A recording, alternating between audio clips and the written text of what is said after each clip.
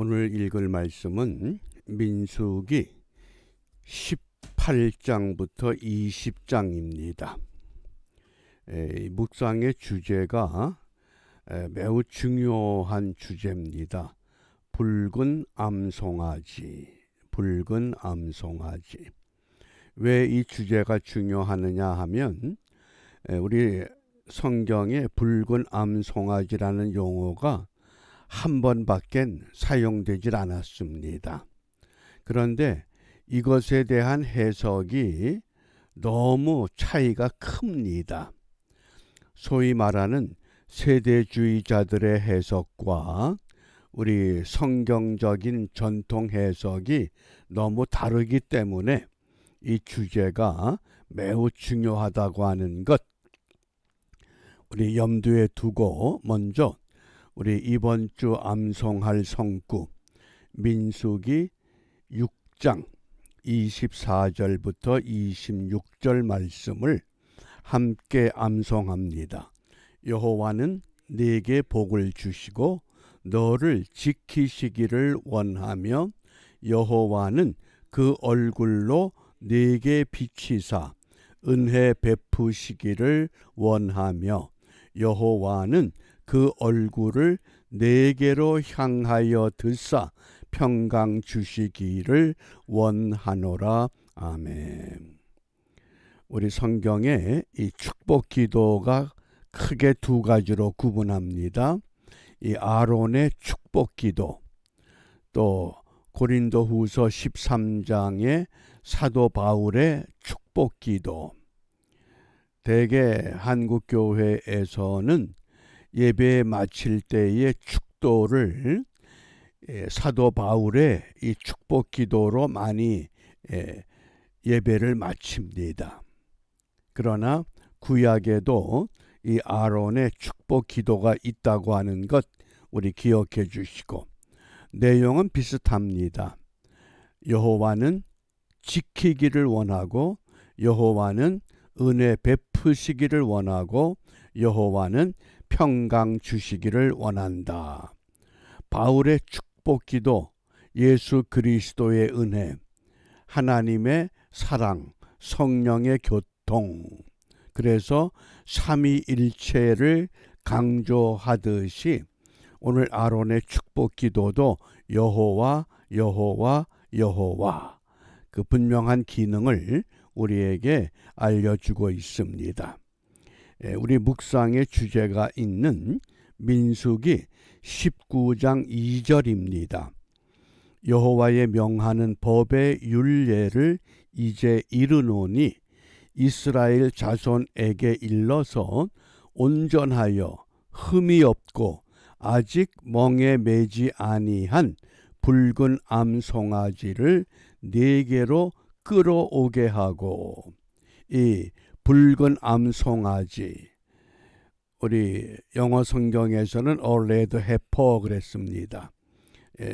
히브리 성경에서는 붉은 암송아지를 파라 아둠마, 이 파라 아둠마, 어떤 분들은 파라 아두마 그러는데 히브리 성경에 이 파라 아둠마, 붉은 암송아지, 과연 이 붉은 암송아지에 대한 이 세대주의자들의 해석을 기억을 하셔야 됩니다. 이 세대주의라고 하는 것은 한때 기독교회에 성행했던 성경 해석의 시대를 7시대로 설명했습니다. 첫 번째가 무죄 시대, 하나님의 창조부터 아담의 타락 전까지 무죄 시대. 두 번째는 양심 시대, 타락으로부터 노아 심판 때까지. 그 다음에 인간 통치 시대, 노아에서부터 아브라함 때까지. 그리고 약속 시대, 아브라함부터 모세까지. 그리고 율법 시대, 모세부터 예수 그리스도의 초림 때까지. 그 다음에 은혜 시대, 이걸 교회 시대 이렇게 설명합니다. 그리고 왕국 시대, 마지막 천년 왕국이 도래할 것이다. 그래서 이 세대주의자들은 붉은 암송아지가 나타나는 때가 바로 마지막 때다.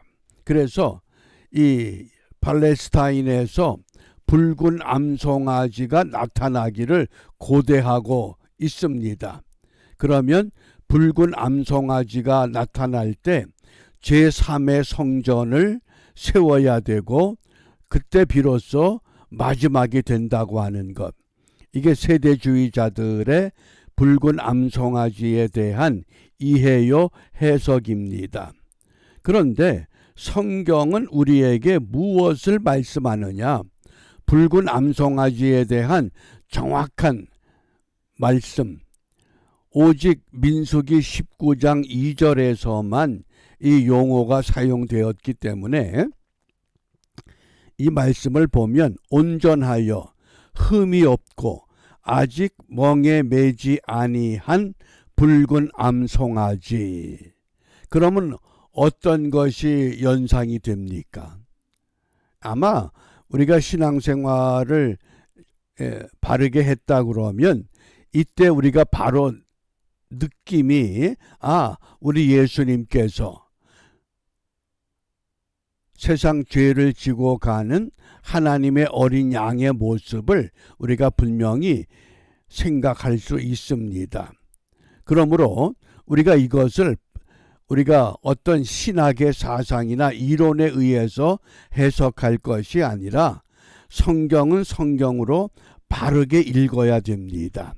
성경을 바르게 읽지 못하면 엉뚱한 해석을 할 수밖에 없습니다. 오늘 우리가 읽어야 할 말씀이 레위기 18장부터 20장입니다.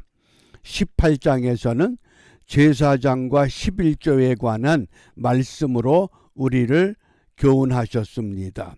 그리고 19장에서는 정결하게 하는 방법, 붉은 암송아지를 말씀합니다. 그리고 20장에서는 무리바 샘물에 관한 말씀입니다. 하나님께서 백성들이 마실 물이 없어 또 모세와 아론을 향해서 원망하고 불평할 때 모세에게 분명히 말씀했습니다. 반석에게 명하여 물을 내라. 이것이 민수기 20장 8절의 하나님의 말씀입니다. 그런데 이미 모세는 경험을 했습니다. 출애굽기 17장 6절에 반석을 치라. 그러면 물이 나온다 그랬습니다. 그래서 반석을 쳤습니다. 반석을 쳤을 때 물이 나왔던 이 선경험, 항상 우리가 신앙생활하면서 어떤 먼저 경험한 것, 어떤 다른 사람이 체험한 간증, 그것이 우선이 아니라 지금 하나님이 내게 무엇을 말씀하시느냐, 지금이 중요한 겁니다. 그런데 모세가 선경험에 의해서 반석을 명하여 물을 내라. 여호와 하나님이 이렇게 말씀했는데 반석을 내리 2번 쳤습니다. 그것 때문에 모세는 결국 약속의 땅에 들어가지 못한다고 하는 하나님의 경고를 받습니다. 그때 하나님께서 모세에게 어떻게 말씀합니까? 너는 나의 거룩함을 드러내지 않았다. 그것 때문에 너희 백성들 약속의 땅 앞에까지 인도하고 너는 그곳에 들어가지 못한다. 이렇게 깨우쳤습니다. 그만큼 우리가 성경을 바르게 읽고 바르게 해석해야 되고 하나님의 말씀을 바르게 들어야 됩니다. 어떤 신학의 사상이나 어떤 풍조가 중요한 것이 아니라고 하는 것. 그러면 붉은 암송아지에 대해서 성경은 어떻게 말씀하느냐? 히브리서 9장 13절 14절입니다. 염소와 황소의 피와 및 암송아지의 죄로, 이때 나오죠. 암송아지의 죄로 부정한 자에게 뿌려 그 육체를 정결케 하여 거룩해 하거든. 예전에는 율법 시대에는 붉은 암송아지의 죄로 정결케 했는데 하물며 영원하신 성령으로 말미암아 흠없는 자기를 하나님께 드린 그리스도의 피가 어찌 너희 양심으로 죽은 행실에서 깨끗하게 하고 살아계신 하나님을 섬기게 못하겠느냐. 붉은 암송아지의 죄가 아니라 이제는 영원한 성령에 의해서 흠없는 자기를 바친 그리스도의 피라고 분명히 말씀합니다. 그러므로 붉은 암송아지를 기다릴 것이 아니라 이미 예수님께서 자기의 피로 인해서 우리를 깨끗게 하셨다고 하는 것. 또 한 구절 봅니다. 베드로전서 1장 18절과 19절입니다. 너희가 알거니와 너희 조상의 유전한 망령된 행실에서 구속된 것은 은이나 금같이 없어질 것으로 한 것이 아니요 오직 흠없고 점 없는 어린 양 같은 그리스도의 보배로운 피로 한 것이니라. 이해가 되셨죠? 붉은 암송아지가 나타나면 제3의 성전이 예루살렘에 세워지고 그때가 마지막 때다.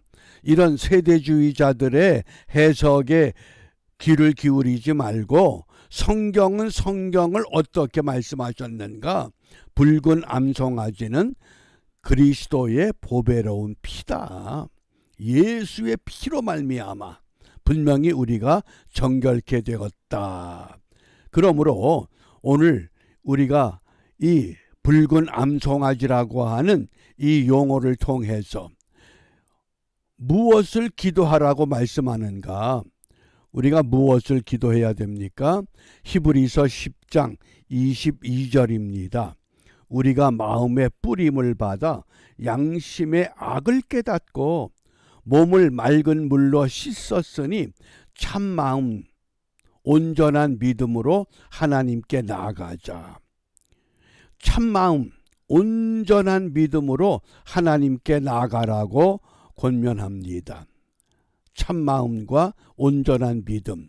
그러므로 우리가 이 아침에 기도할 때 오직 예수의 피로 정결케 하옵소서. 다른 어떤 것이 아니라 오직 예수의 그리스도의 보배로운 피로 우리가 정결케 된다고 하는 이 확실한 믿음, 이런 참 마음과 온전한 믿음을 갖고 예배 때마다, 말씀을 대할 때마다, 기도할 때마다 어디를 가든지 우리가 이런 믿음을 갖고 나가야 합니다. 그렇게 될 때 우리 몸과 마음을 온전하게 회복시켜 주십니다. 그래서 사도 바울은 나는 날마다 죽노라. 날마다 새롭게 우리가 이러한 믿음으로 오늘 내가 있는 그 자리가 하나님이 원하는 교회가 되어야 합니다. 어떤 교회? 불락지 교회로 반듯하게 세워지는 은혜를 우리가 함께 이루어내는 은총의 하루가 되시기를 바랍니다. 우리 다 같이 주님께서 가르쳐 주신 기도로 함께 기도합니다. 하늘에 계신 우리 아버지, 아버지의 이름을 거룩하게 하시며 아버지의 나라가 오게 하시며 아버지의 뜻이 하늘에서와 같이 땅에서도 이루어지게 하소서. 오늘 우리에게 일용할 양식을 주시고 우리가 우리에게 잘못한 사람을 용서하여 준 것 같이 우리 죄를 용서하여 주시고 우리를 시험에 빠지지 않게 하시고 악에서 구하소서. 나라와 권능과 영광이 영원히 아버지의 것입니다. 아멘.